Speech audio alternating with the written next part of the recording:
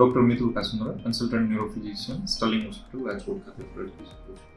આજે રેડિક્યુલોપેથી એટલે કે કમરમાં આવેલું જે કરોડસ્તંભના મણકા છે તેમાંથી પસાર થતી ચેતાતંતુ ઉપર એક જાતનું પ્રેશર કે દબાણ આવવાથી સોજોની થતી બીમારી છે.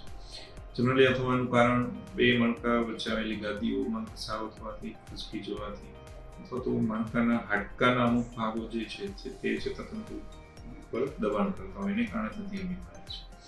જનરલી આ બીમારી મોટી ઉંમરે જોવા મળતી બીમારી હોય છે, પણ આ અત્યારના યુગમાં યંગર એજ ગ્રુપમાં પણ આ બીમારી જોવા મળે છે, જેનું કારણ એક ફોલ્ટી પોઝિશન છે, એટલે કે લાઇફસ્ટાઇલ છે તે પણ એક છે.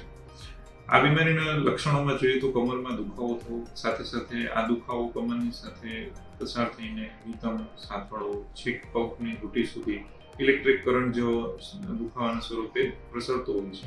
તથા જો આ બીમારીની તીવ્રતા વધારે હોય તો પગના સ્નાયુમાં નબળાઈ થવી, જેને કારણે પગમાંથી સ્લીપર નીકળી જવું, સીડી ચડવા ઉતરવામાં તકલીફ થવી, ચાલવામાં તકલીફ થવી તથા પેશાબ તથા લેટ્રિન કરવામાં પણ તકલીફ થવી જેવા લક્ષણો થાય છે. આ બીમારીનું નિદાન જનરલી MRI દ્વારા કરવામાં આવે છે.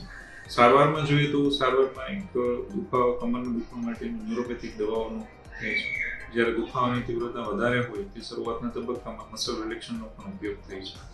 લાંબા ગાળા માટે ફિઝિયોથેરાપી એટલે કે કમરના સ્નાયુઓને મજબૂત બનાવવાની તથા ચેતાતંતુઓ ઉપર વધારે દબાણ ન થાય તે માટેની એક્સરસાઇઝો અને મેદસ્વીતા ઘટાડવી જરૂરી હોય છે.